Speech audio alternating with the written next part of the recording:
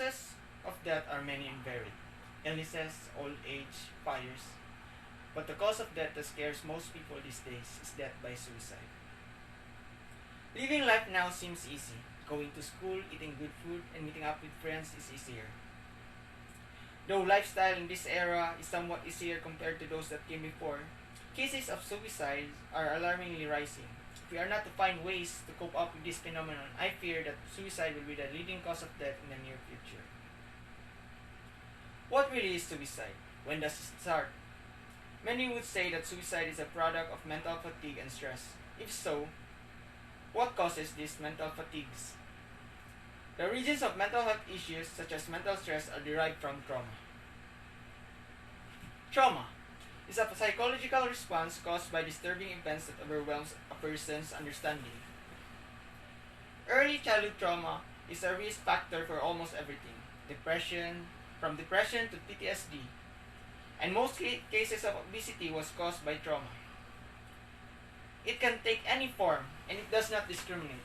A child, a grown man, and rich or poor can be at risk of being traumatized. A survey shows that those with histories of trauma are more likely to be troubled with the thoughts of suicide. This is the main factor of mental health issues around the world.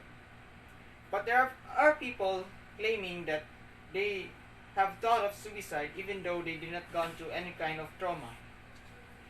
So there must be another factor, something that is not seen but felt, and is inevitable, like time. Does the times that we live in be a factor for mental health issues? The Universe 25 by John Calhoun, an expert on animal behavior and animal control, created a utopia for mice, complete with accessible food, water, and sex. At first, the mice were thriving and were populating at a healthy rate. But what seems like a utopia turned quickly into hell. As soon as the population peaked at 2,200, abnormal and self-destructive behaviors has been noticed. Some mice were not eating right. Some refused to reproduce. Some isolate themselves. And even when food was abundant, some mice still practice cannibalism.